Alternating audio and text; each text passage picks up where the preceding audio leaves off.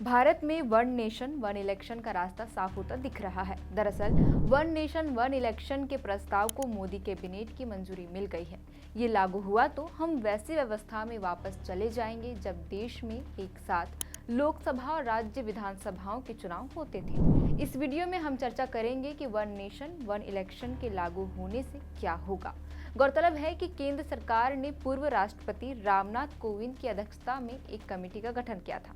आज हम आपको बताएंगे कि वन नेशन वन इलेक्शन की संभावना तलाशने के लिए केंद्र सरकार ने कब कमेटी बनाई थी, इसमें कितने लोग थे, इस कमेटी की सिफारिश क्या थी। साथ ही ये भी जानेंगे कि आज़ादी के बाद देश में कब कब एक साथ लोकसभा और विधानसभा के चुनाव हुए थे। मोदी सरकार ने अपने पिछले कार्यकाल में 2 सितंबर 2023 को वन नेशन वन इलेक्शन के लिए एक कमेटी का गठन किया था। इस कमेटी में 8 सदस्य थे।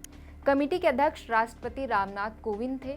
उनके अलावे इस कमेटी में गृह मंत्री अमित शाह, गुलाम नबी आजाद, फाइनेंस कमीशन के पूर्व चेयरमैन एन.के. सिंह, लोकसभा पूर्व secretary general Subhash Kashyap, senior advocate Harish Salve और पूर्व chief vigilance commissioner Sanjay Kothari भी शामिल थे।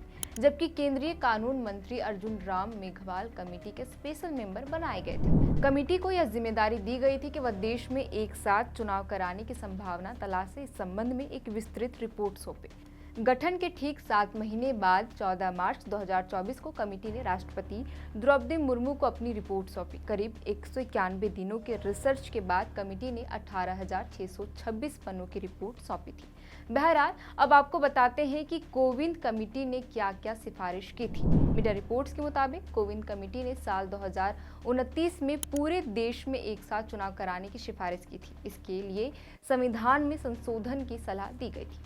कमेटी की सिफारिश थी कि पहले चरण में लोकसभा के साथ सभी राज्यों के विधानसभा चुनाव हो। दूसरे चरण में लोकसभा विधानसभा के साथ स्थानीय निकाय चुनाव कराए जाने की बात कही गई थी।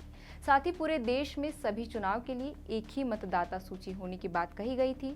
इतना ही नहीं, सभी के लिए वोटर आईडी कार्ड एक जैसा हो। सदन के अविश्वास प्रस्ताव या ऐसी किसी घटना की स्थिति में सदन के शेष कार्यकाल के लिए नए लोकसभा या राज्य विधानसभा के गठन के लिए नए चुनाव कराए जाने चाहिए। इसके अलावा चुनाव कराने के लिए लॉजिस्टिक की आवश्यकताओं को भारत निर्वाचन आयोग पूरा करेगा और राज्य चुनाव आयोग के साथ मिलकर इसे तय करेगा।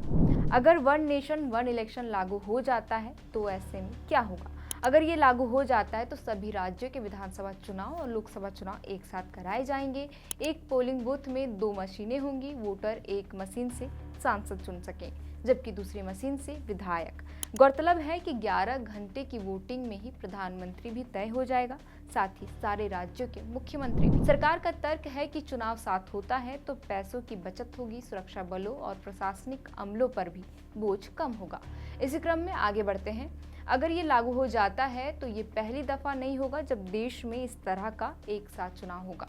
दरअसल जब आज़ादी के बाद देश में पहली बार 1951-52 में चुनाव हुए थे, तब लोकसभा चुनाव और सभी राज्यों में विधानसभा चुनाव एक साथ कराए गए थे। इसके बाद 3 और टर्म में साल 1957, 1962, 1967 में भी लोकसभा और राज्यसभा विधानसभा के चुनाव एक साथ कराए गए थे। एक अपवाद भी था जब 1959 में केरल के तत्कालीन नबूद रिपाद सरकार को बर्खास्त कर दिया गया और राज्य में राष्ट्रपति शासन लगा।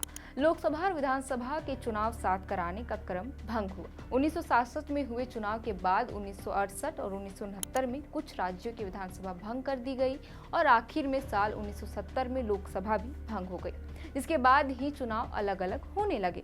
हिंदुस्तान टाइम्स में छपी एक रिपोर्ट के मुताबिक साल 1966 से लेकर 1977 के बीच देश में कुल 39 बार राष्ट्रपति शासन लगाया गया था। तब से लोकसभा और विधानसभा का चुनाव साथ कराने का क्रम टूट गया और फिर लोकसभा और विधानसभा का चुनाव अलग अलग होने लगा। वन नेशन वन इलेक्शन का बिल मोदी सरकार शीतकालीन सत्र के दौरान सदन में लाएगी। यदि इस बिल को समर्थन मिला तो उसे लागू कर दिया जाएगा। आपकी जानकारी के लिए बता दें कि लोकसभा में इस बिल को पास कराने के लिए कम से कम 362 और राज्यसभा में 63 सदस्यों का समर्थन जरूरी होगा। संसद में पास होने के बाद इस बिल को राज्यों की विधानसभा का अनुमोदन भी जरूरी होगा।